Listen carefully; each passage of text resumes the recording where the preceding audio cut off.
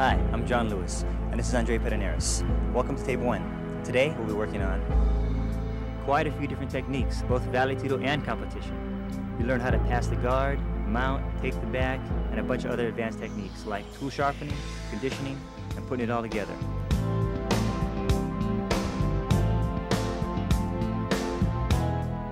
We loaded these tapes with a lot of techniques and a lot of information. You're gonna need your remote control. So enjoy the video, take notes, and get ready for a good workout. While you're stretching out, check out my new music video.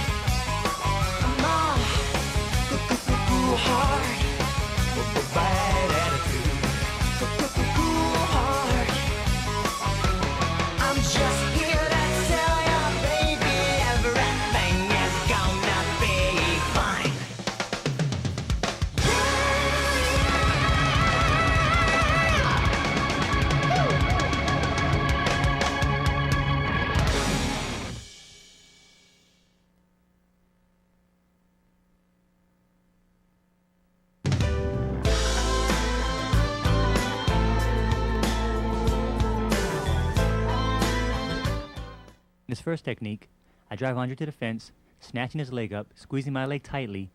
As I drive my shoulder into his leg, I put him down. I clear my leg to pass the guard, go over his arm and under his head, and I get the side control. Let's see that again. Put him in against the fence, snatching his leg up, squeezing my leg tightly to control him, driving my shoulder into his leg, stepping over to clear his leg, through his arm, under his head. I bring my other arm around to control the side control. See that in slow motion. Snatching his leg up real tightly. You have to squeeze it real tight here or he'll be able to pull it out. Driving my shoulder down, put him on his back, putting some pain to him.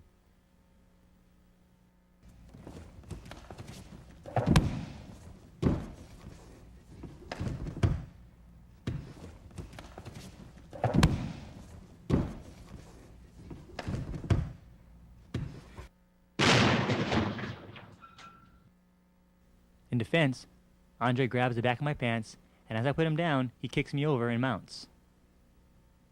Let's see that again. He grabs my pants, uses my momentum, kicks me over, and mounts.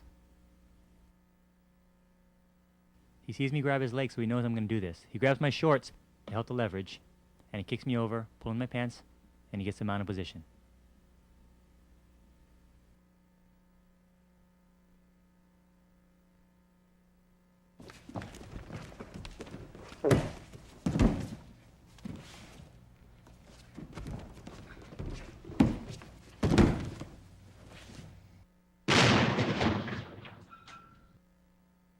I fake a reversal to André, so he defends. As he defends, I reach over his arm and under, key locking my wrist and lifting his arm into a shoulder lock. Once again.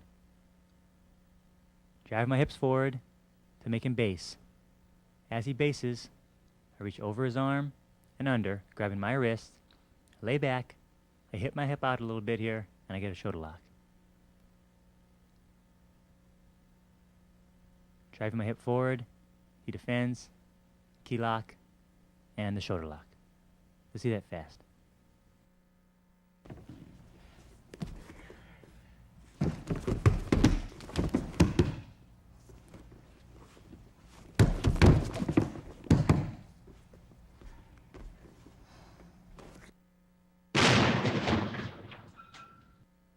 Here's a cool defense. As I go for the shoulder lock, André counters it by squeezing his arm tightly, falling to the side, hooking my leg, and bringing my arm behind my back. I reach over his arm, key locking.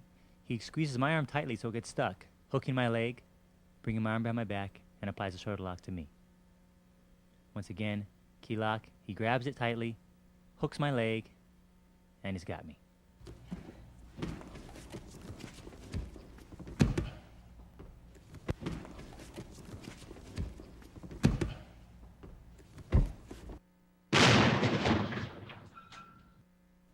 To pass the guard, André controls both my legs, squeezing them tightly together, applies his right shoulder tightly and his head on my body, under my head, and there he is.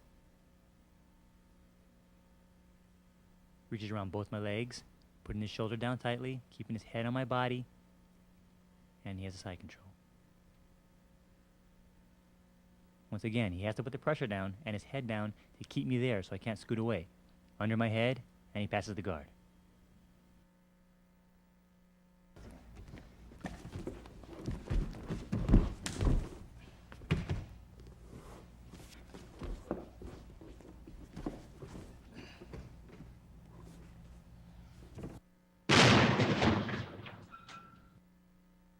In defense, I bring André's weight over my body.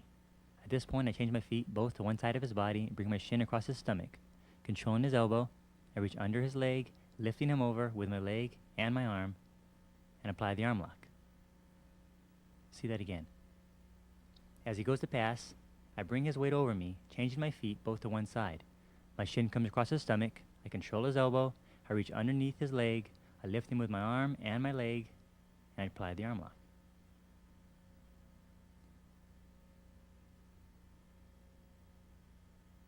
Reaching under his leg, controlling his elbow, turning my body slightly sideways, lifting his leg with my leg and my arm, and there you go.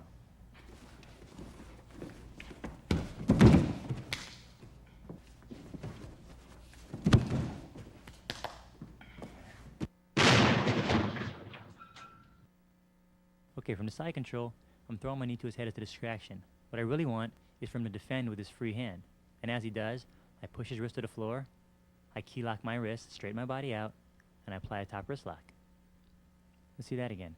Controlling from the side control, controlling one arm, so he has to defend with his free arm. As he does defend with his free arm, I take my wrist, I push his wrist to the floor, grabbing my own wrist in a key lock, straighten my body out for control, and apply the top wrist lock. Let's try that in slow motion. As soon as he defends it, that's the moment I take it. I push it to the floor, grabbing my own wrist, key locking it, straightening my body out for control and leverage, lifting his elbow and sliding downwards.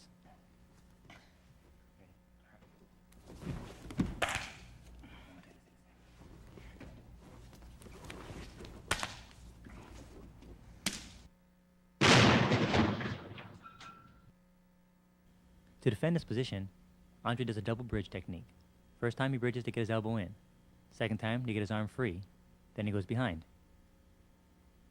Again, he bridges once just to get his arm inside the hole. He does it again to free his arm totally. Third time he hips out and takes my back. In slow motion, he bridges. His arm comes inside. When he bridges, he makes a little space so his arm gets in easier. The second time, his arm comes totally free. As he lifts his arm, he bridges again, he takes the back.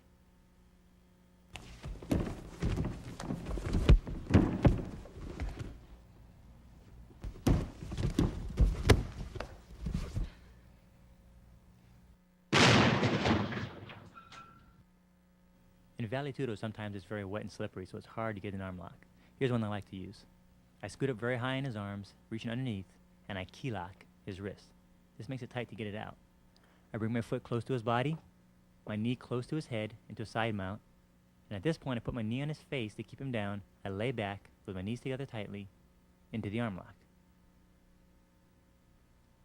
Notice I'm scooting up high on him, getting his arms very high. They're very vulnerable in this position. Reaching under his arm and key locking my wrist to lock it in there so it's hard to pull out. Bringing my foot up and my knee close to the back of his head, keeping it very tightly.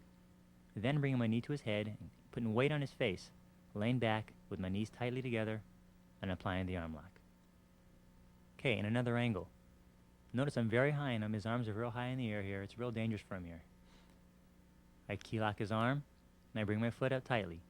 Notice my back leg coming close to his body, keeping the position real tight, then putting my knee on his face and all my weight on his face, laying back with my knees tightly together, I apply the arm lock.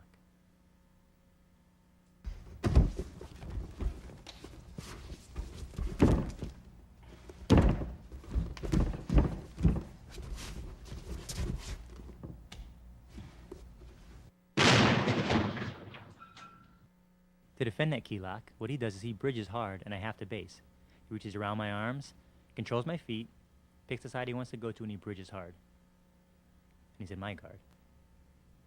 Once again, I key lock, he bridges, I base, controls my arms, blocks my feet so they can't stop me from getting rolled over, bridges hard, and there we are.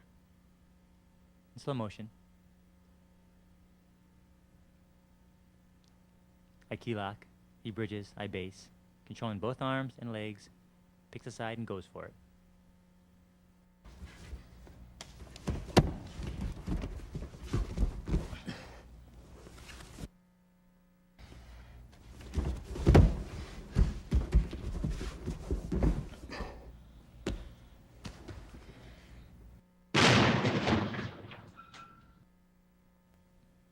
From this position, I let him escape one arm, putting on a triangle.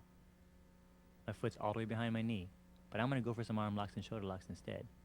So I grab his elbow, and I lift my hips at the same time, like so, to apply pressure to the shoulder. We also have arm locks in different positions from here, even straight arm bars. A lot of variations from this position. Once again, he escapes one arm. I put a reverse triangle on. But instead of choking, I'm going to go for some arm locks. I grab his elbow, lifting my hips forward. Here's another version. Straight arm bar, even a wrist flex. See that in slow motion.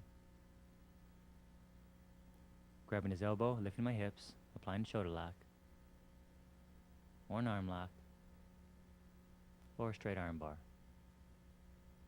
even bending his arm and applying a wrist flex.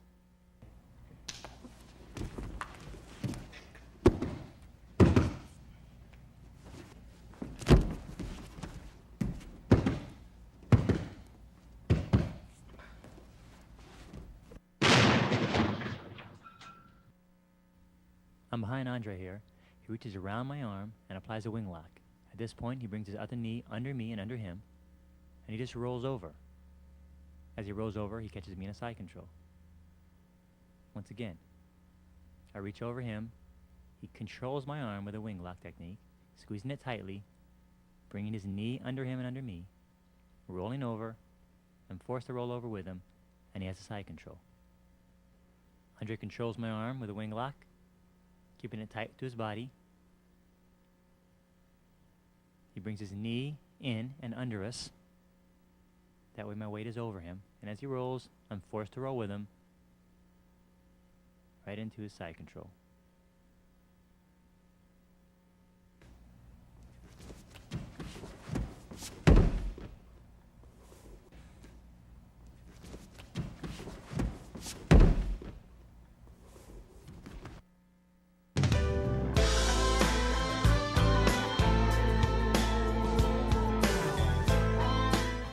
Okay guys, let's work on some techniques for tool sharpening here to pass the guard, help us develop our guard passing. First of all, guy's going to be here with his leg against your body, puts one leg over your shoulder. Alright, take my hand, push it to the floor, the knee closest to him, he's going to step through, leading with my knee, lift my head and pass. He changes around, puts his other leg over, I take my hand, I push his foot to the floor, knee through, pass, and again, push the foot down, knee through, pass, and again, until you get a nice flow going.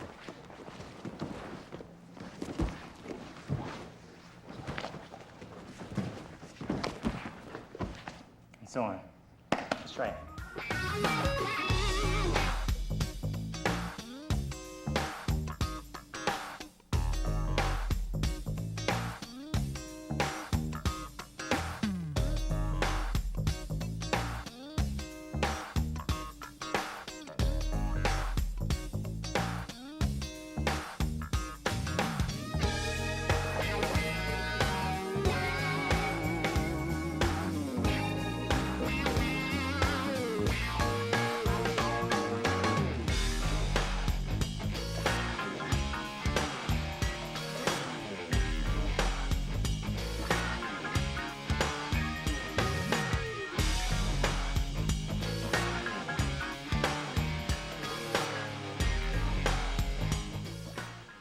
Okay, today for tool sharpening, what we're going to do is we're going to work on kicking from our back and the proper way to do that. I mean, it seems pretty simple, but there are ways to get more power out of it. So check this out.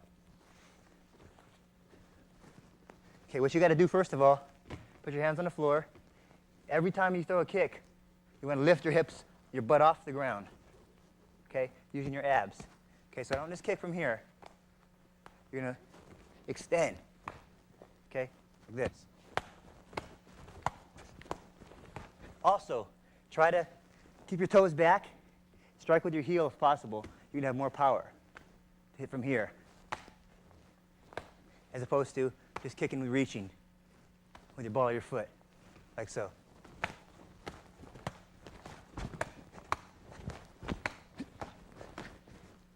Okay? Simple. Let's try it.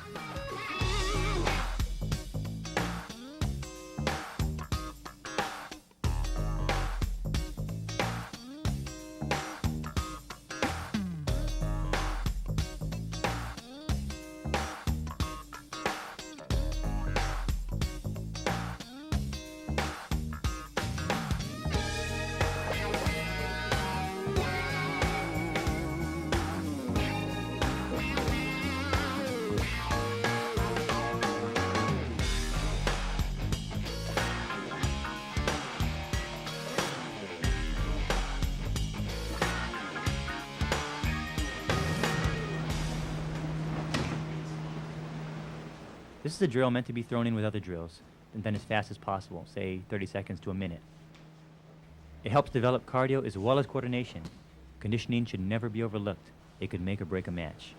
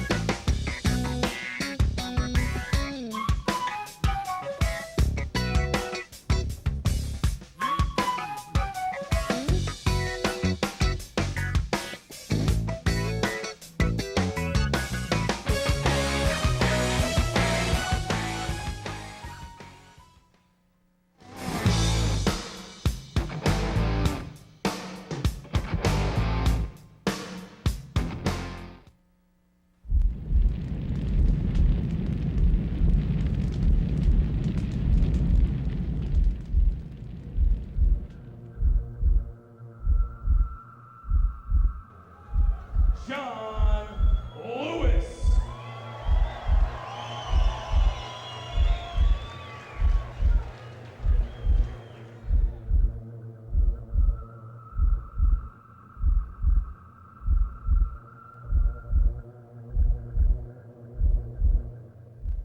I say he's a tackler.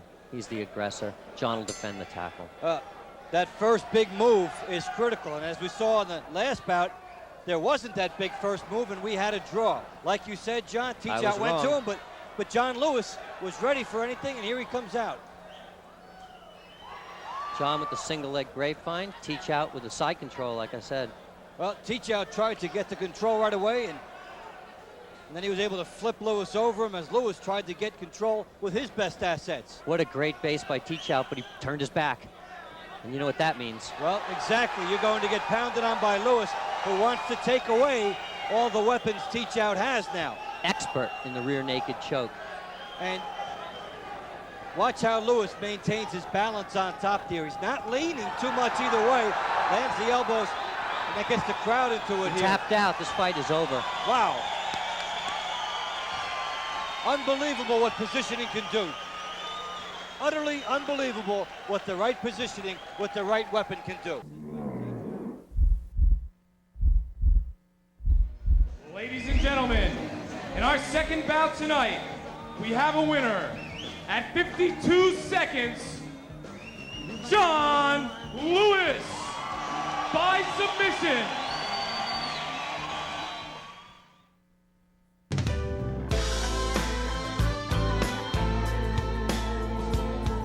For this technique, André grabs my lapel with one hand and my belt with the other. He drives forward with one and pulls with the other, countering his position. And as he pushes forward, he comes in close, hugging my body, like so. His leg hooks, and he drives forward to take me down. Once again, one hand's on the lapel, one hand is on the belt. He pushes with his upper hand and pulls with his lower, breaking my balance, like so. Reaches behind, hooks my leg, and takes me down. First he gets his upper grip, then the belt. And to break my balance is very important here. So he pulls with the belt and pushes with his upper hand to bend me backwards. And as he does that, he shoots in to get closer on my waist and tight. Hooks his leg outside in, drives forward, and there you go.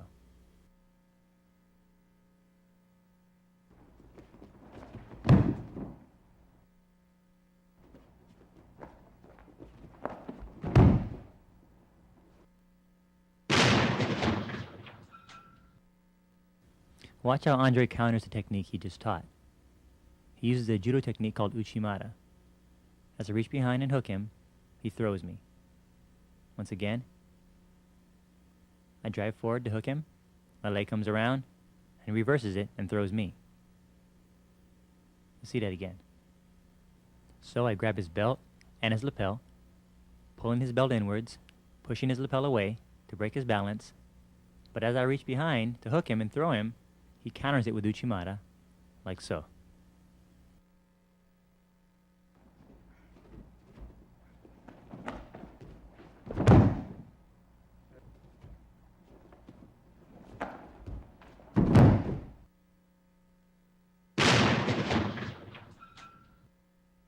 In this technique, I take André's lapel with my right hand, and I pass it under his arm to my left hand, and back again over to my right hand, bringing my elbow down very tightly, trapping his arm.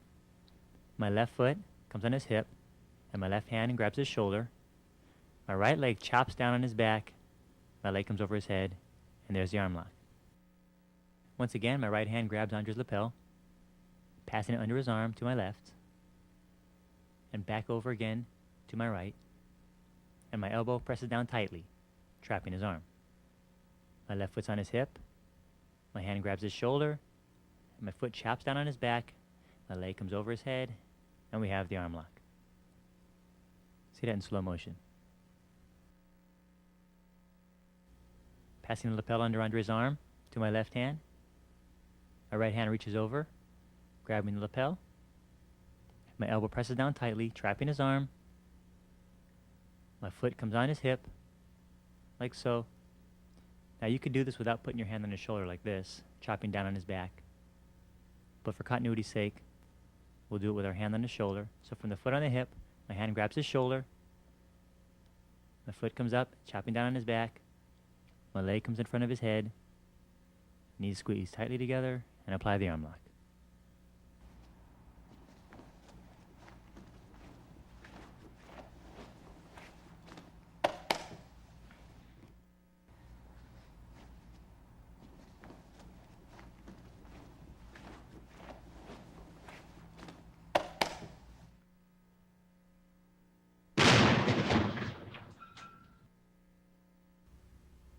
André's defense to this position is very simple.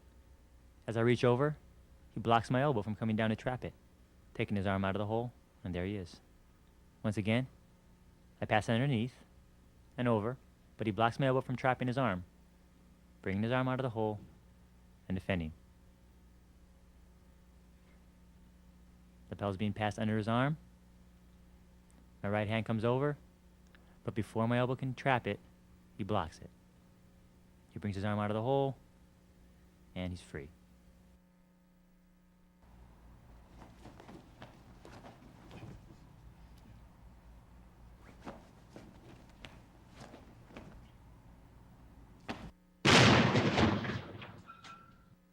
This is an escape for the spider guard.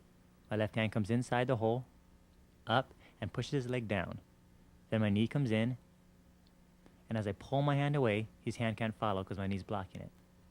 I take my free arm, I grab his pants on his opposite leg and his sleeve, back away, spinning him around, place my knee on the belly.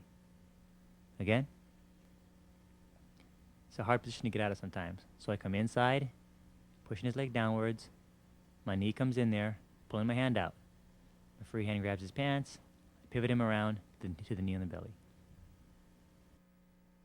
My hand comes inside and pushes down on his leg. Now he's still holding my sleeve at this point, but my knee comes in, and as I pull my arm away, his hand can't follow, so it breaks the grip. My free hand grabs his opposite leg, and I also grab his sleeve on the same arm that's holding mine, backing away, spinning him sideways, and putting my knee on the stomach.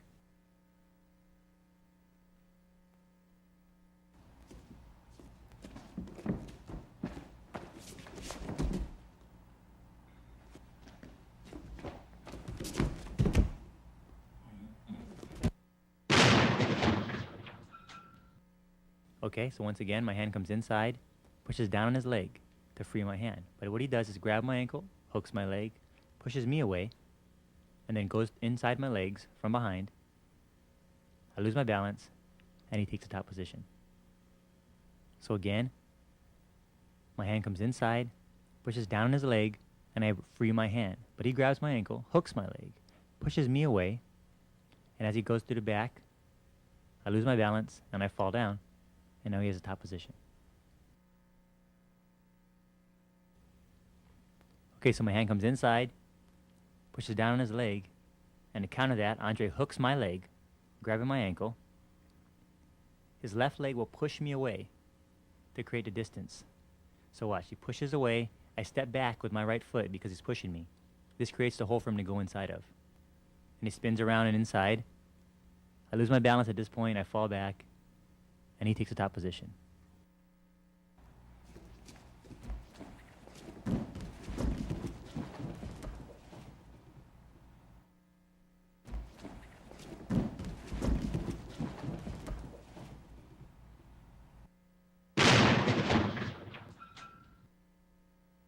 In this mounting position, one of my legs are between Andre's legs. Andre traps it with his hand and his leg, and then he reaches over and he brings my other leg together.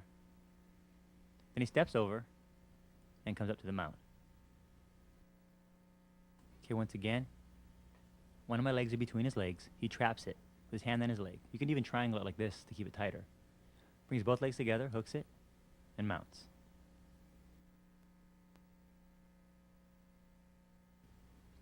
Okay, so one of my legs are between Andre's legs. He traps them, reaches over to my other leg and brings them tightly together. Then he's going to hook his leg over, kind of low, like a low mount. At this point, brings his weight over me, and he mounts.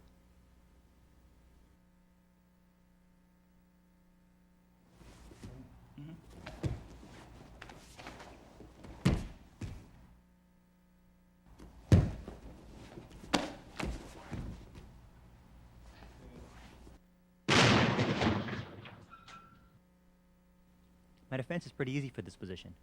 What I'm going to do is basically hit him across his chest or neck area with my forearm at the same time that I bridge.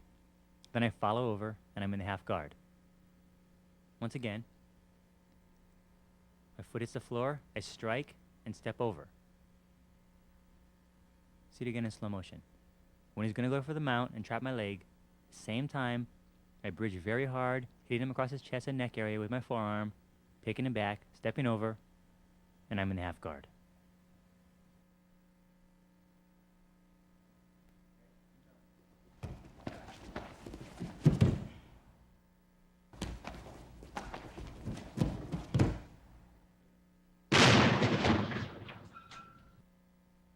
Okay, so I'm defending my neck.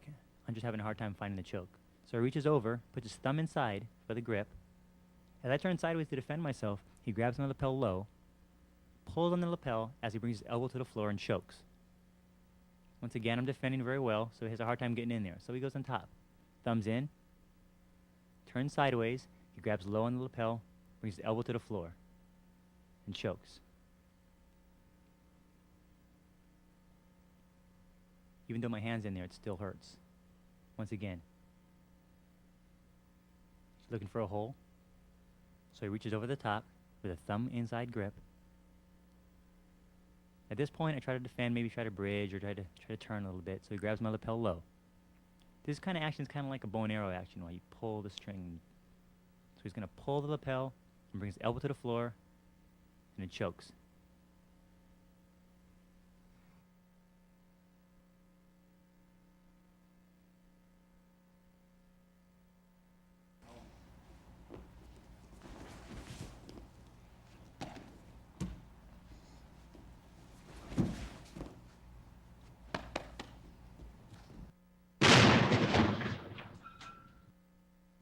Okay, in defense, I take my hand, I put it inside between his arm and my neck. At this point, I push his leg downwards and bring my leg through and hook it. Move my hip outwards and take the back. Once again, my arm comes in between my neck and his arm to defend the choke. Put my left arm on his knee, pushing it downwards, and bring my leg out, and I hook him. Moving my hips out, going behind, grab the wrist if you like. Okay, once again, my hand comes inside between my face and his arm, defending the choke. My left arm pushes on his knee, not on his hip, but his knee, straight downwards. I straighten my left leg, and I bring my knee out and around, hooking his leg, trapping it. Then I hip out, he falls, I go to the back. I can take the wrist if I'd like.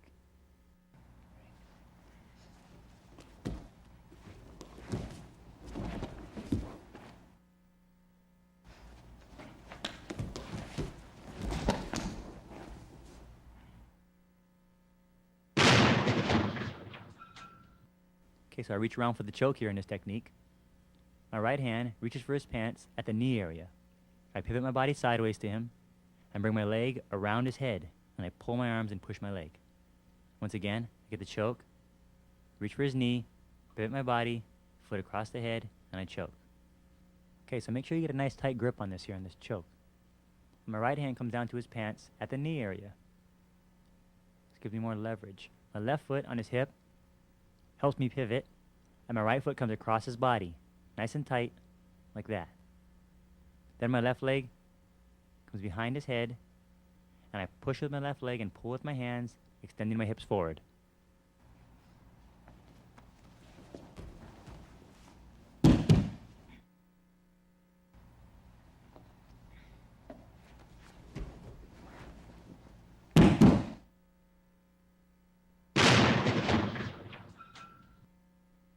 Okay, in this position, Andre's going to roll on one shoulder without me to show you what it looks like. Notice he rolls over, but he still faces me as he lands. Now with two people, see I went around behind him. He grabs my knees, I step up with one foot, and he rolls to the opposite shoulder, but he still faces me, so I nip in his guard. Again, he grabs both knees, I step up with one foot, he rolls to the opposite shoulder and faces me, and I'm in his guard.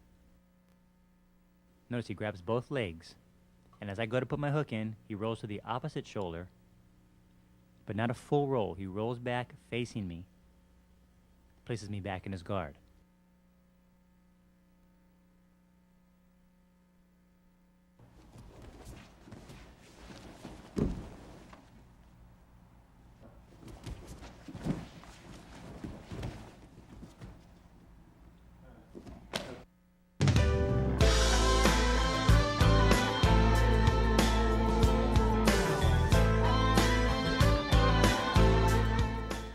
This tool sharpening drill helps build your legs to control the guy and helps build balance in your body and legs when you're controlling somebody when they're in the air.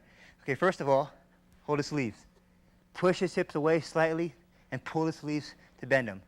Okay, now I'm going to bring my body under his, scooting underneath, control his arms up high, press him, not all the way straight, but slightly bent to here. Okay, it's going to be a drill. We're going to keep doing it. So it looks like this.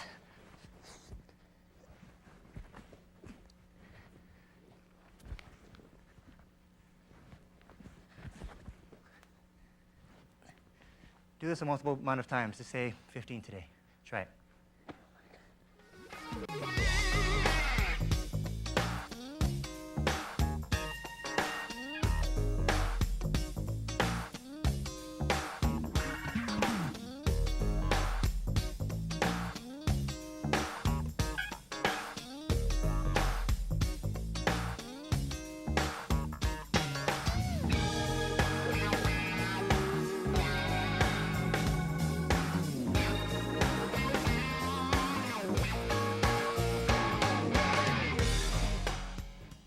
Okay, this drill for tool sharpening helps develop your open guard once again, okay?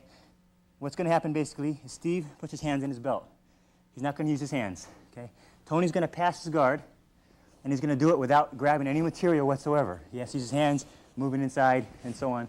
so it's kind of fair. Okay, this helps Steve have to use his feet here. He cannot close his feet. Once he closes his feet, it messes the game up. So he's going to leave his feet open. He's going to try to defend the guard with no hands, and Tony's going to pass without grabbing any material. Let's see how it looks.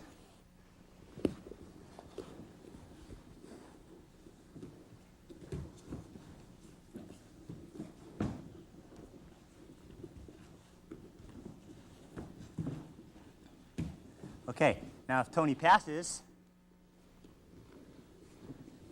then they'll go back and start over again. Okay, one more time.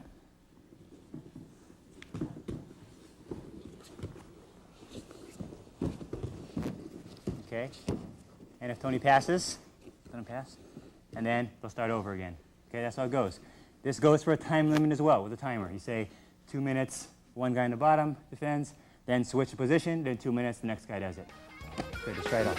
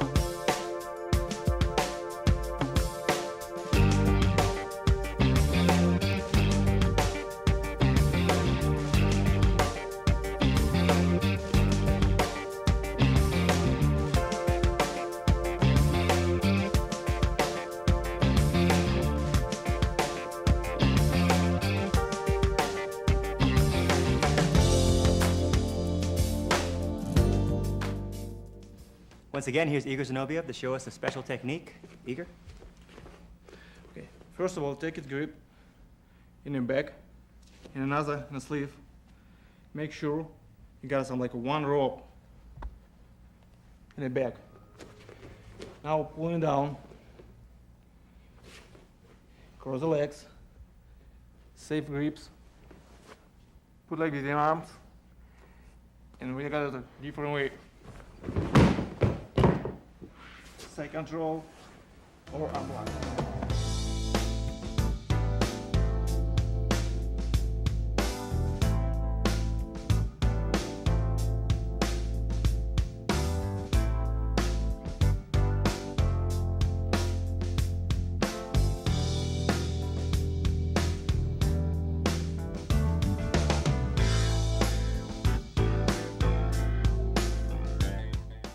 Take its grip in your back, in another in the sleeve. Make sure you got some like one rope in the back. Now pulling down, cross the legs, safe grips, put like this in arms, and we got it a different way. Side control or unblock.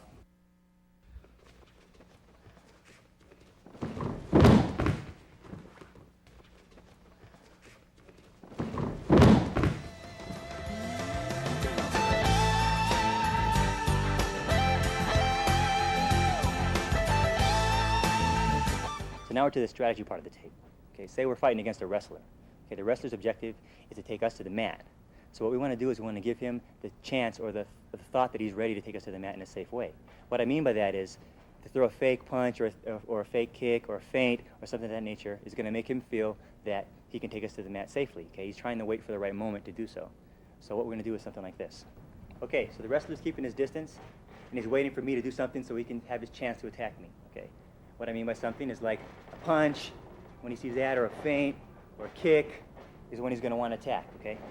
So I know this. So I'm not going to give him a full technique, a full punch or a full kick. I'm not really going to try to hit him, but I am going to give him the intention that I'm doing so he feels it's safe. Okay.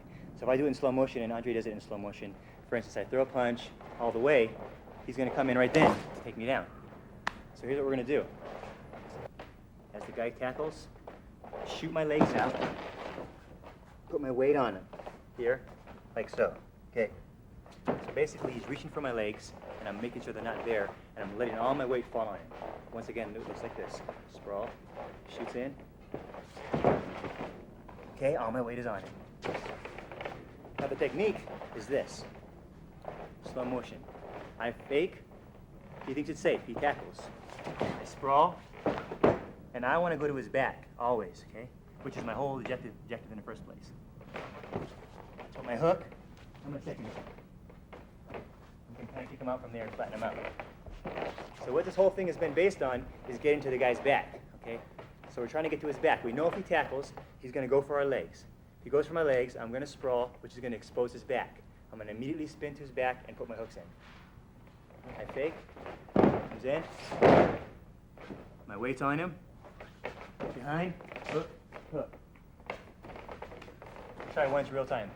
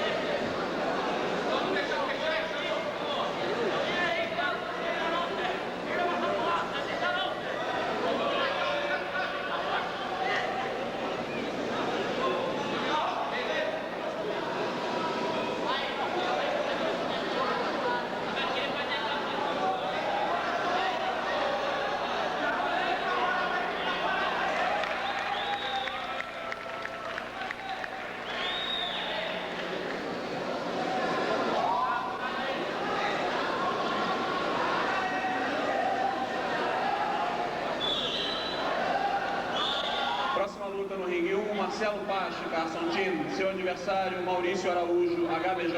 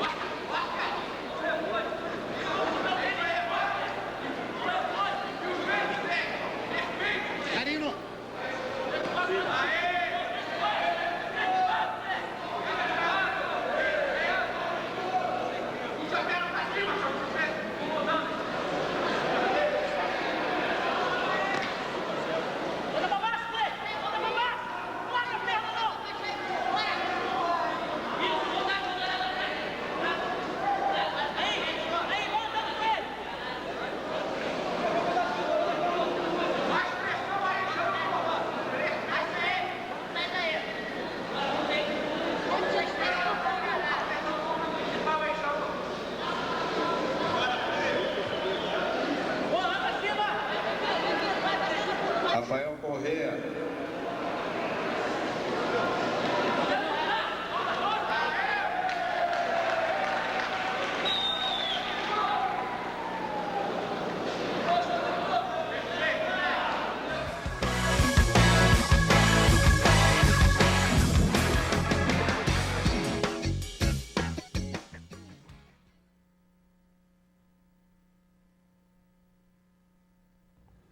I believe so much in Brazilian Jiu-Jitsu because no matter what the fights have been, even the fights when I was just a stand-up fighter, when I was just kickboxing and I did real fights like this, I still would end up fighting on the ground anyways.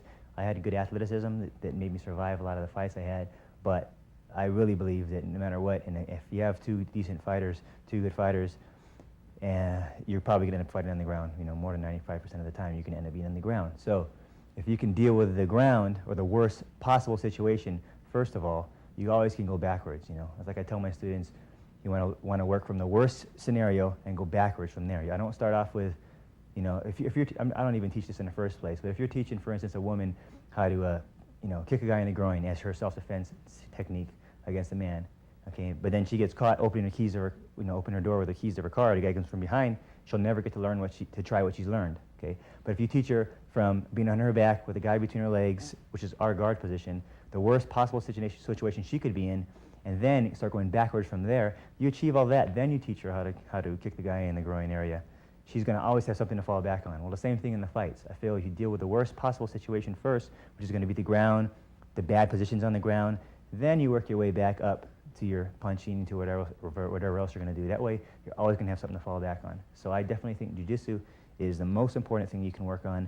And why I say jiu-jitsu instead of wrestling or anything else is because, like I say, there's no limitations. You can fight from any position. You have submission. You're not just trying to pin the person. In a real fight, there's no pinning somebody. You got to submit the person if you really want to beat them or if you really want to end the fight. So I definitely think jiu-jitsu is the way to go.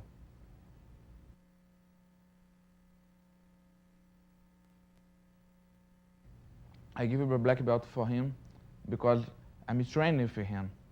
I know when the guys is prepared for receive this belt. I'm training all the guys in my school. They have a black belt. I know they have the same technique as my guys because they didn't give the black belt for him.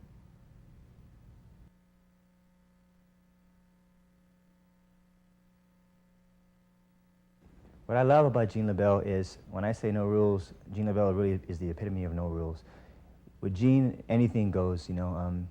There's no sport version of what Gene does. Gene's version is simply down and dirty and to the point, whereas deals with all the submissions that I've ever learned in any other situation as well.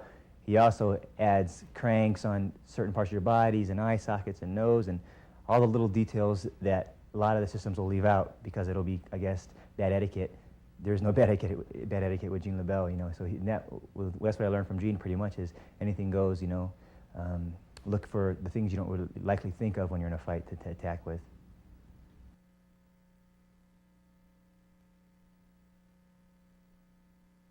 you're ever in Las Vegas, feel free to stop by the school. In the phone book, it's listed under JSEC Jiu-Jitsu, JSECT.